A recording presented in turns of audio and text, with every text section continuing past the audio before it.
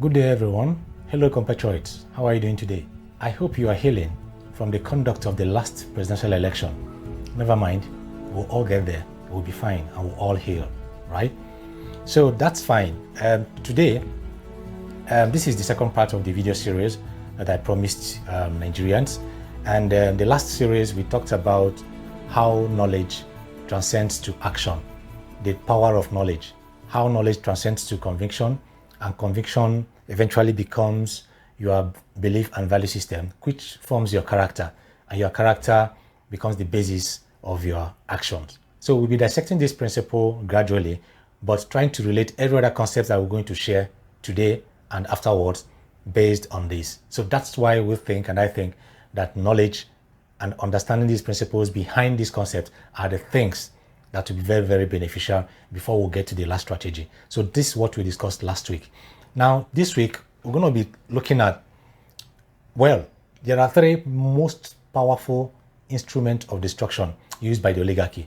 And they are division, money, and fear. Division, money, and fear. If you're able to understand how these three principles or how these three instruments are used and understand the secrets, you are done. But today, we're going to be looking at the art of division. Just take one after the other. I'm going to be taking other two instruments in subsequent series. Today, we want to look at the art of division.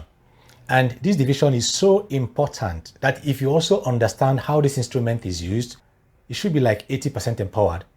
Yes. And you should be 50% stable. You'll be 50% knowledgeable and confident in, waging the civic battle that I'll be sharing in the end of the series. So this is so important, like the mother of all, right? So this is what we're going to be taking today. Art of division. And like I will always say, without this knowledge, it will be so difficult to implement, because this is the knowledge that will transcend finally to action that is built organically from you, from your conviction, which has formed your belief system and your character. So we need to just pay attention. Take your time. Don't even be in a hurry. If you're at work or in somewhere else that you are having some kind of distractions, it's fine. Just take time when you are resting at your quiet time, then run through this video and listen attentively. Okay, art of division. Now, I want you to understand that the only constituted and instituted division in this whole world that had existed from the beginning of time, from the beginning of life, and still existing, there are only two of them, light and darkness. These are the only two divisions. You can call them political parties, which I could use political party just to help you understand how it works. And I will also let you know that every other thing you see in this world, every other kind of divisions, every other kind of instrument, any other thing you see that sounds like divisions to you are all distractions to humanity. They are all abstract. They don't exist. These are the things that the society bring upon themselves through the political party of darkness, that just to confuse men. And we'll keep on fighting for what do not matter, and we'll leave what matters most, which is light and darkness. I'll also let you know that everything you see in this world, the systems, the institutions, the organizations, human beings or people, agenda, instruments, anything you can think of must belong to either of these two political parties, main political parties or categories. They must belong to either of these two. So you can, even in your country, you can find, once you see, for example, find political parties and you see you have like 20 political parties in your, it's possible that 20 political parties could all belong to darkness. They have nothing to offer in those societies. But I will take it one after the other. First, let's look at what is light. Light is love. Light is love. And humanity is created out of love.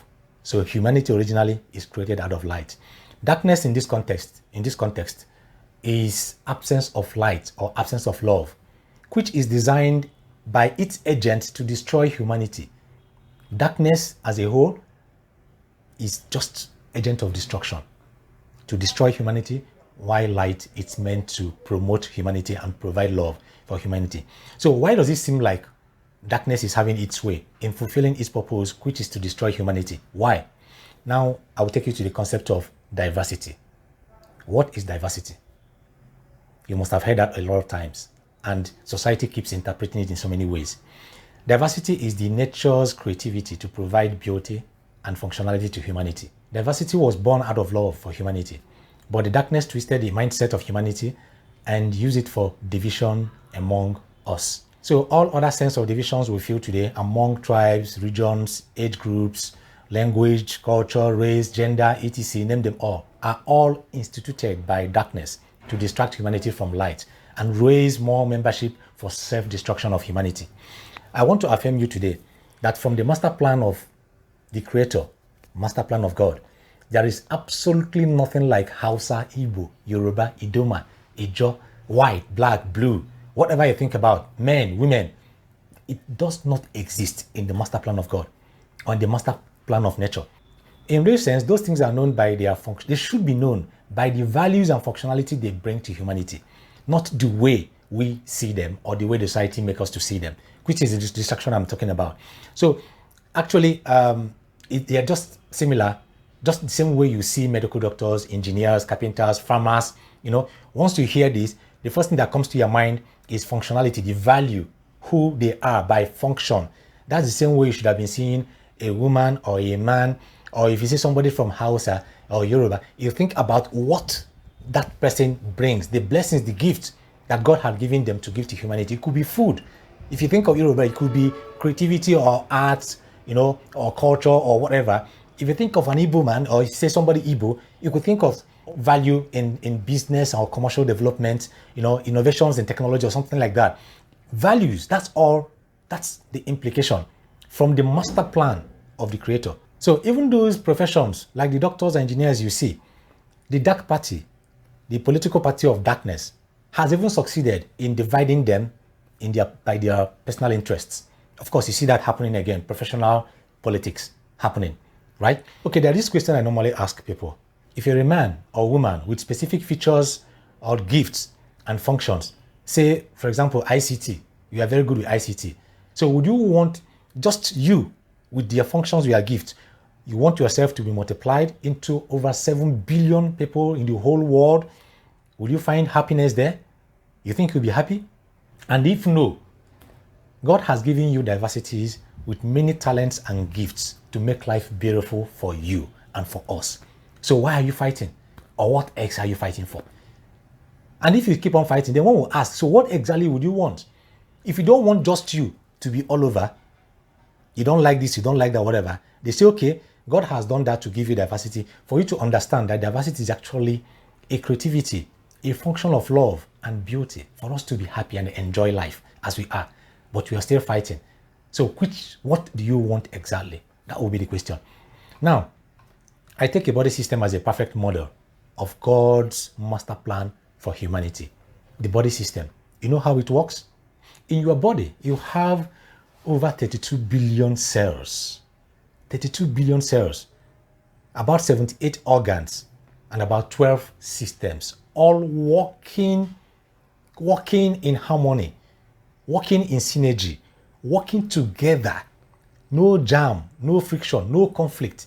They all understand that they are, and when I mean cells and organs, are different cells and organs, but they're all working together for a common purpose. No friction, no fighting. How do you think it works? And when you look at those organs, when you look at your organ, for example, you know that your kidney is different from of course, looks different from your lungs. Your lungs looks different from your liver. Your liver looks different from your heart different from your brain. None of them look alike. Their formulations and their presentations or their shape, whatever you see, are reflection of their functionalities. The heart is so sturdy and muscular because of the function.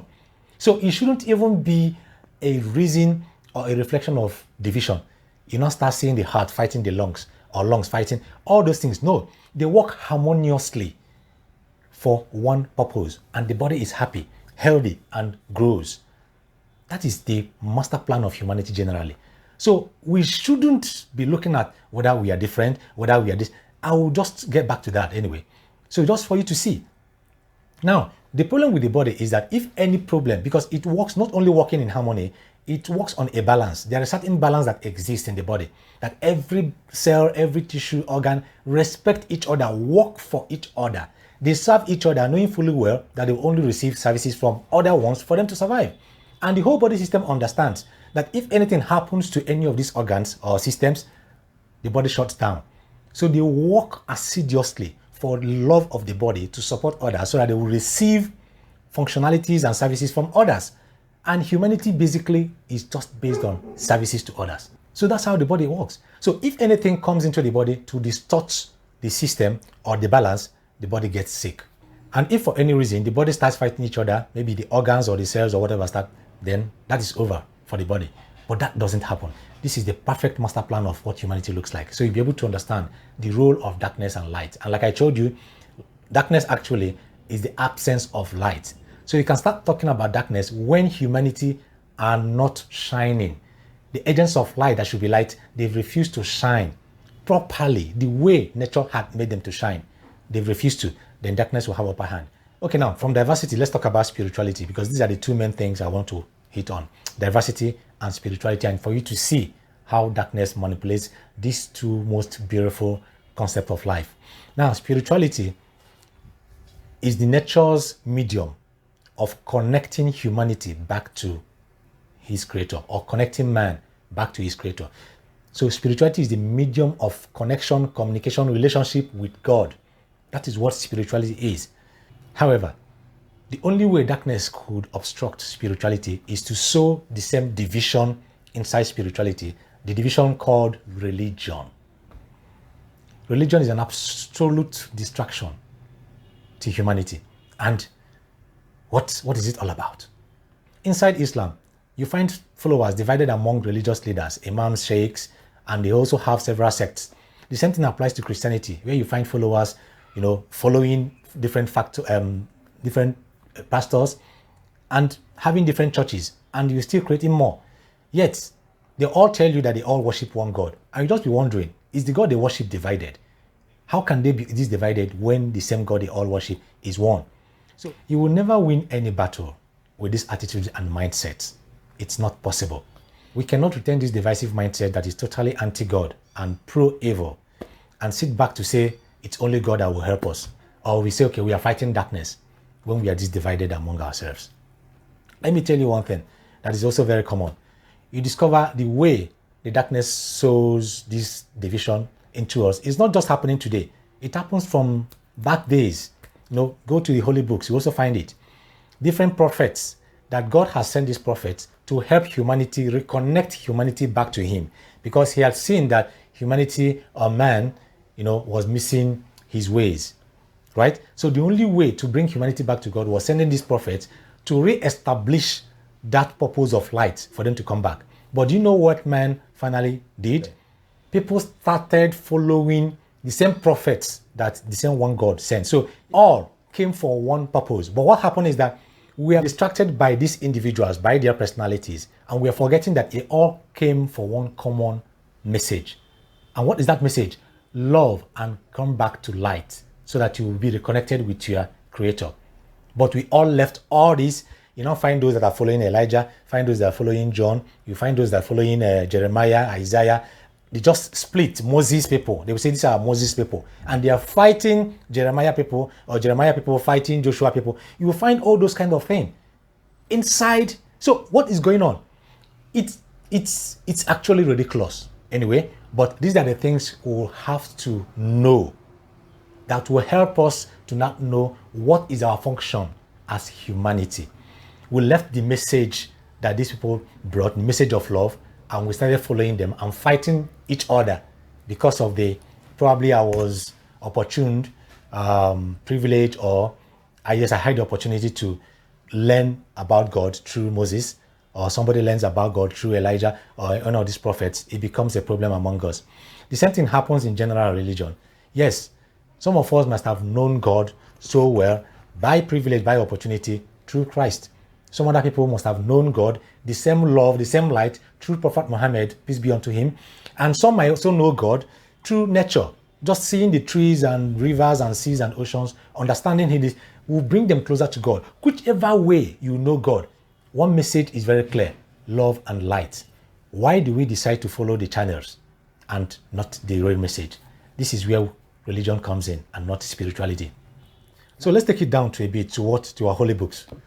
The Quran says, I think in Surah 5, Al-Ma'idah 32, that could be taken as chapter 5 and verse 32, right? It says that if anyone kills one innocent soul or innocent man, it will be assumed, or it will be taken as if the person killed the whole mankind. And if someone also saves one innocent man, it will also be assumed and taken as if the person saved the whole mankind. So you can also bring it down to the Bible. I think somewhere Romans 13, 9 or thereabout, that also says that you shouldn't kill anybody. That rather you should treat mankind the way you treat yourself.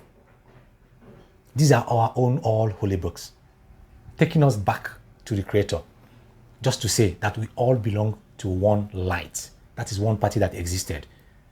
That's the point I'm trying to make here. So even in our so-called religion, we are so divided that we are carried away by distraction of religion instead of spirituality. Let me tell you, the answer to spirituality generally is to just have one name that centers on the essence, the main message of all God has sent on earth. So we can just say we are all Guardians, for example, or we are all Lycians, that is carriers of light. Lycians. In that case, you won't see any Muslim as Muslim, Christian, whoever, or give yourself to the oligarchy to be using our heads and be knocking our heads together. You know that this person is either you are light or you are dark. So you just have to follow one. So we can adopt that name and say, oh, this is my fellow Lycians because I carry light, he carries light, and we are here to shine. When I see others, I see a version of me.